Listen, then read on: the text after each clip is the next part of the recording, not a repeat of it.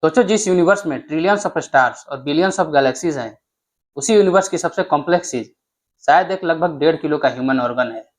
और इंटरेस्टिंग बात यह है कि यह ऑर्गन खुद यूनिवर्स को समझने की कोशिश कर रहा है। जी हाँ, यह है ह्यूमन ब्रेन।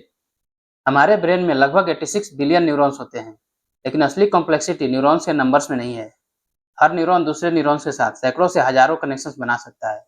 इन कनेक्शंस को सिनेप्सिस कहा जाता है, और इसका नतीजा ये होता है कि हमारे ब्रेन में कनेक्शंस की संख्या ट्रिलियंस में पहुंच जाती है। यानी एक छोटे से ऑर्गन के अंदर एक अनइमेजिनेबल कम्युनिकेशन नेटवर्क बन जाता है।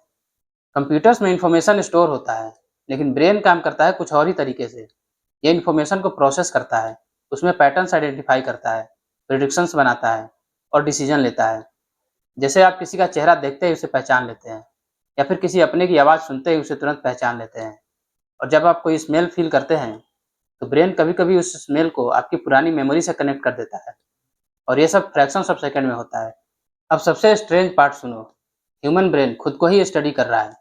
हम न्यूरॉन्स, कॉन्शियसनेस, मेमोरी और इमोशंस को समझने के लिए उसी ब्रेन का यूज कर रहे हैं जो इन सब चीज़ों को जनरेट करता है। मतलब यूनिवर्स का एक हिस्सा खुद यूनिवर्स को समझने की कोशिश कर रहा है। इसलिए ह्यूमन ब्रेन को यूनिवर्स का मोस्ट कॉम्प्लेक्स थिंग कहा जा सकता है। हालांकि साइंटिफिकली ऐसा कहीं लिखा नहीं गया है, लेकिन फिर भी एक फैक्ट अनडिनाइबल है।